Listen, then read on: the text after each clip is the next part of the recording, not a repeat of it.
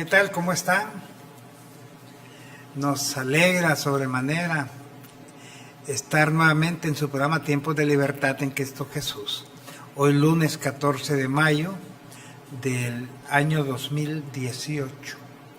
Este 14 de mayo es una fecha importantísima en lo que es, mis amados, el calendario de la Iglesia Cristiana Evangélica, porque un 14 de mayo de 1948 la Organización de Naciones Unidas declaró o estableció a la nación de Israel un país más reconocido totalmente ante la representatividad de todos los países del mundo. Por decirlo de alguna forma, el 14 de mayo de 1948, la Tierra parió un nuevo país y en un solo día cumpliéndose una profecía que está establecida en el libro de Isaías. Hoy se cumplen 70 años desde esa fecha hacia este tiempo. Y muchos estudiosos bíblicos dicen que se está cumpliendo una generación y que hay profecías que se cumplen en torno a estas declaraciones, y parece ser que Estados Unidos también en este día está trasladando su embajada a Jerusalén, lo que implica, mis amados, que en el reloj profético de Dios sí es una fecha importante para todos nosotros. No que vayan a suceder cuestiones en cuanto a la iglesia, no, pero sí en el calendario profético de Dios. Miren, la Biblia dice de la higuera aprended la parábola. Y la higuera se refiere al pueblo de Israel. Hay muchos escépticos que le enseñan a la iglesia que Israel, con el Israel que Dios trataba, ya no existe, que ahora la iglesia ocupa ese espacio. Y yo les digo que no. La iglesia tiene su campo de acción. Dios está tratando con la iglesia, pero no quiere decir que Dios ha desechado para siempre al pueblo de Israel. Va a llegar un momento en que este pueblo va a retomar todo el protagonismo que tenía en tiempos del Antiguo Testamento, en tiempos de Jesús, y que Dios va a hacer muchas, pero muchas cosas a través de este pueblo de Israel. Hay profecías contundentes, algunas que ya se han cumplido y otras que están por cumplirse.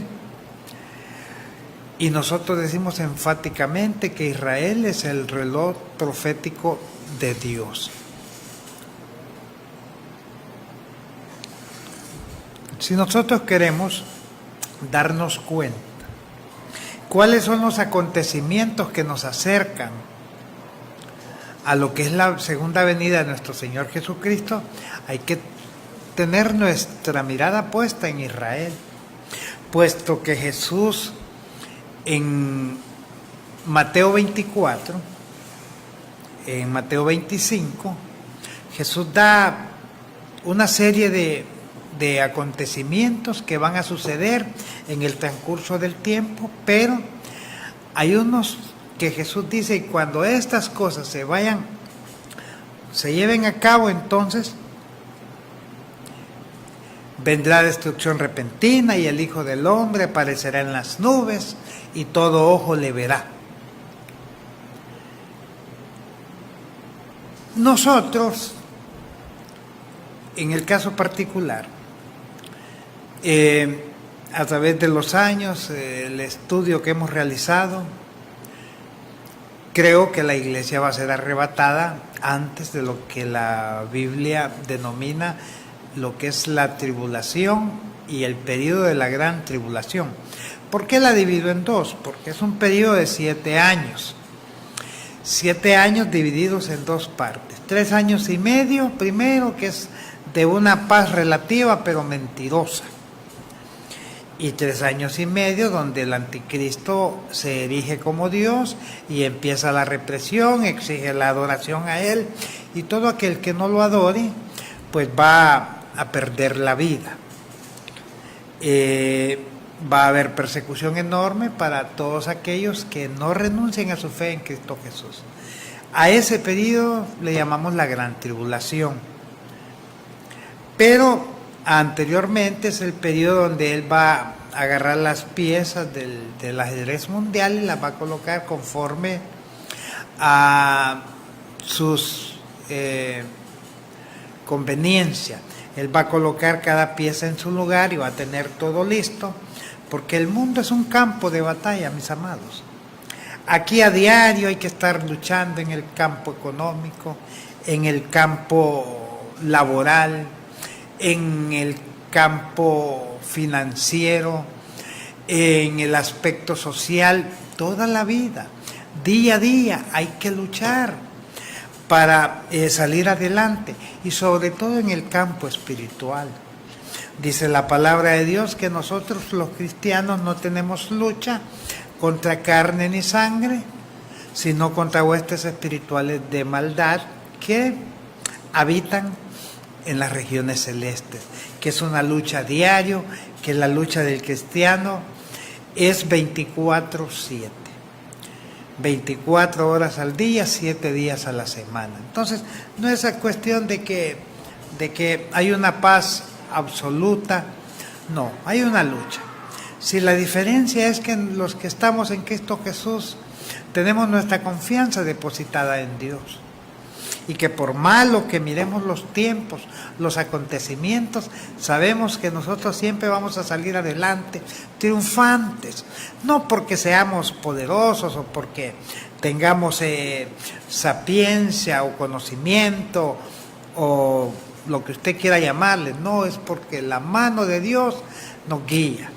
La mano de Dios va con nosotros, y el que va abriendo camino, el que va abriendo brecha, es Dios por nosotros, y nosotros caminamos en obediencia y salimos al otro lado, pero gracias a Él. Por eso es que las misericordias de Dios son nuevas cada mañana. Entonces, esta relativa paz es una paz, como les decía, mentirosa.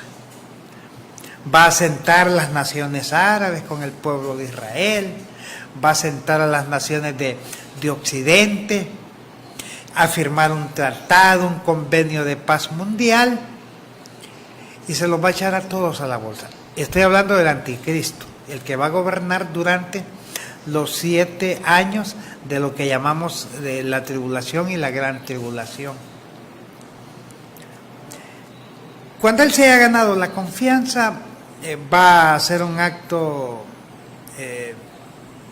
tremendo de que va a sufrir una herida de muerte, la gente lo va a dar por muerto, pero va a resucitar al tercer día, y la gente va a decir, ¿quién como la bestia? Aunque no se le denomine la bestia en el sentido de que va a ser su nombre de pila, no. La Biblia habla de ese nombre porque Él es la bestia, es el anticristo, es el que se opone a todo lo que es objeto de adoración y de culto a Dios. Por eso se le llama la bestia, quizás el nombre no lo sepamos, pero la gente lo va a adorar, la gente lo va a tener en un nicho, por decirlo de alguna forma, porque el diablo es un imitador, mis amados. Y él trata de emular o trata de hacer lo que ya Jesús hizo. Y con esos actos prodigiosos, mentirosos, engañar a la gente para que sigan en pos de Él y aparten su mirada de Cristo Jesús y adoren a Satanás. Esa ha sido, mis amados, la misión de Satanás cautivar la gente para Él ser adorado. Él le hizo esa proposición a Jesús: si postrado me adorares, le dijo, yo te daré todos estos reinos y todas estas riquezas. Mas Jesús le dijo: al Señor tu Dios adorarás y a Él solo servirás. Entonces, mis amados, todas estas cosas que estoy comentando van a suceder después de que la iglesia sea quitada de en medio, después de que la iglesia sea arrebatada. Decíamos que para estar consciente de lo que es la inminente segunda venida de nuestro Señor Jesucristo, hay que tener los ojos en Israel. Porque para el arrebatamiento o rapto de la iglesia no hay señales visibles. Sí, la Biblia presenta algunas cosas que tienen que cumplirse, como que haya entrado la plenitud de los gentiles, que eso no nos vamos a dar cuenta cuando entre el último de los gentiles a formar parte de la iglesia. Y habla de la gran apostasía que se levantará en los postreros tiempos, cosa que ya lo estamos viendo.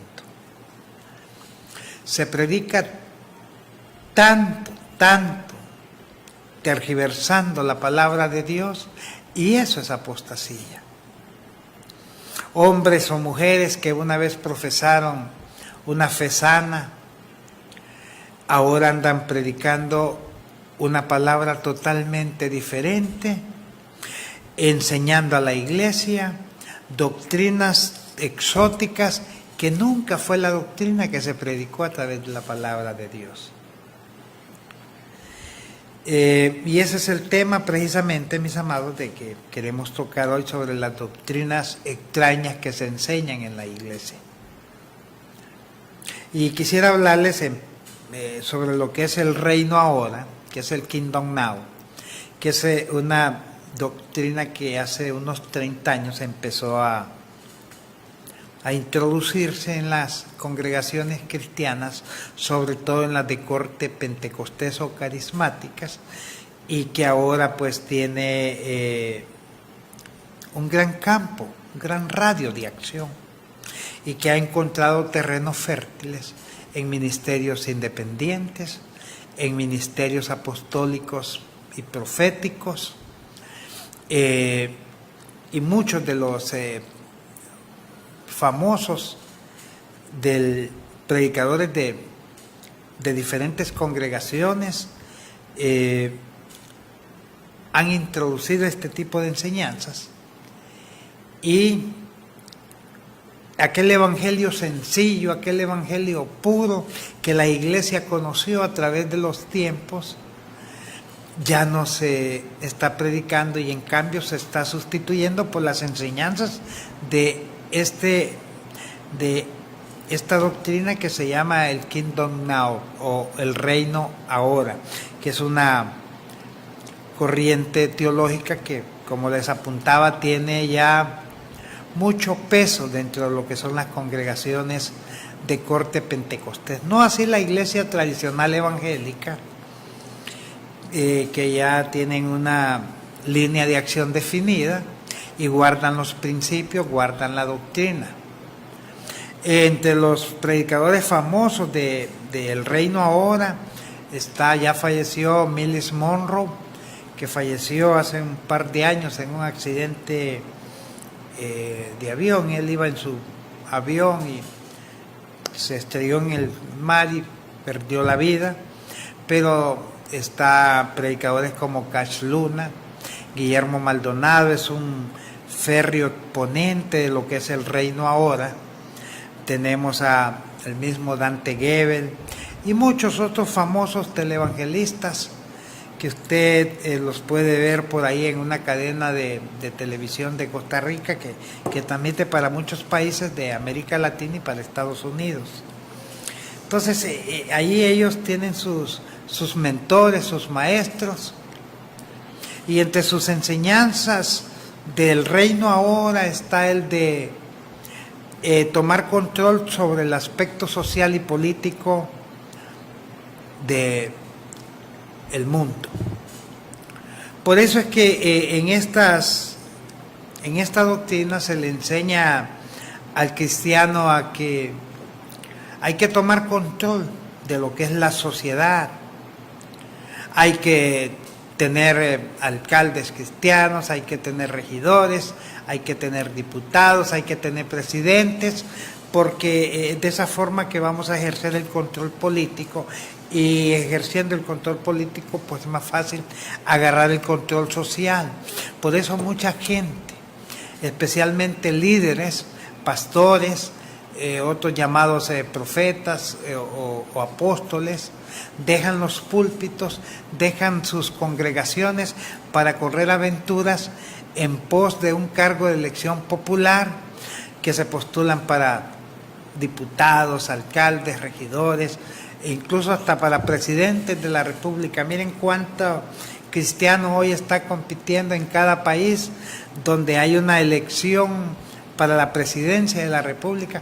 En algunos, como en el caso de Guatemala, ahí tenemos actualmente un presidente cristiano, pero que le ha ido muy mal, porque en honor a la verdad, nosotros los cristianos nos preparamos para ministrar la palabra de Dios, no nos preparamos para ministrar la cuestión pública, y entonces cuando llegamos a los cargos vamos a dar de bruces, porque allá, para quedar bien, generalmente están gobernando, pero con la sabiduría y la astucia de este mundo. Hay que ser mentiroso, y los cristianos no somos mentirosos, y desde ese momento vamos a fracasar en la administración del ente público, porque la economía de estos países son demasiado pobres. Estos países estamos entre la pobreza y la miseria. Quizás hay un núcleo poblacional de un 5% que son los ricos y famosos, los poderosos, pero ellos se han encargado solamente de acumular riquezas, la tienen en bancos en el extranjero, aquí tienen sus empresas, pero también tienen inversiones en otros países y no les interesa la clase social pobre, ven con indiferencia y no les importa pues lo que suceda en la vida de los pueblos.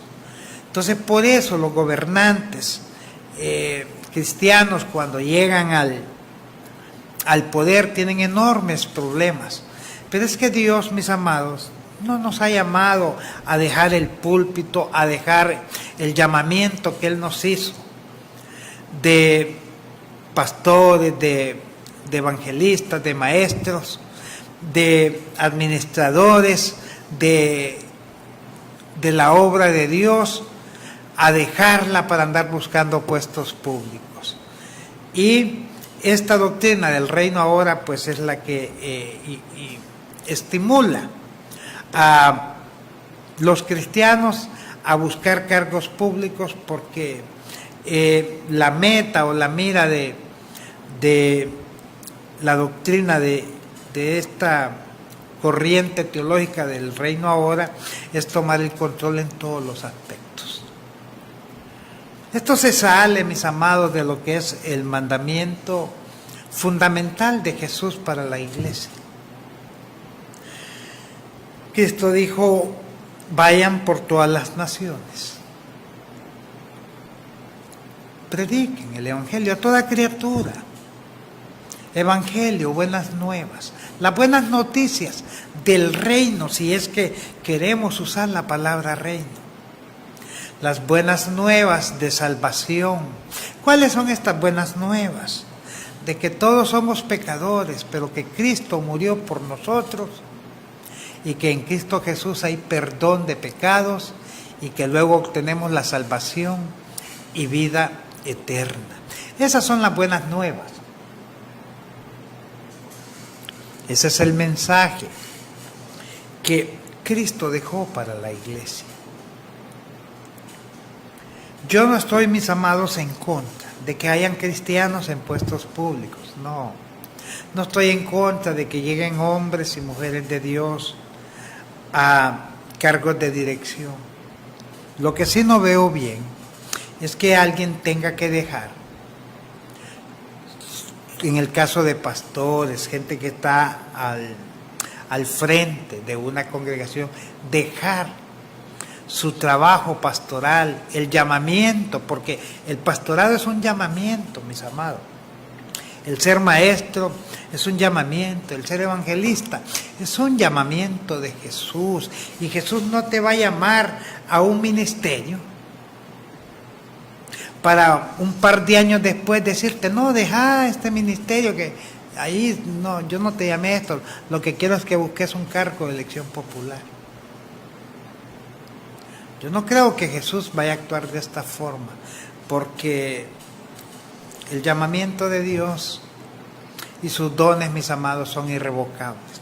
Hay algunos que dicen que es que los dones de Dios se componen de todo lo que nosotros podemos hacer, a todos le llaman don de Dios. Pero yo estoy hablando especialmente de los ministerios. Y los ministerios establecidos en la palabra son 5. El de apóstol y el de profeta, que cumplieron con su función, dejando establecido lo que es la doctrina de la iglesia, la doctrina apostólica y profética, cuyo fundamento principal es Cristo Jesús, más los ministerios que hoy pues están desarrollándose, como ser el de evangelistas, pastores y maestros. Entonces este reino ahora, mis amados, hace estas funciones y le dice a la gente que hay que cristianizar la tierra.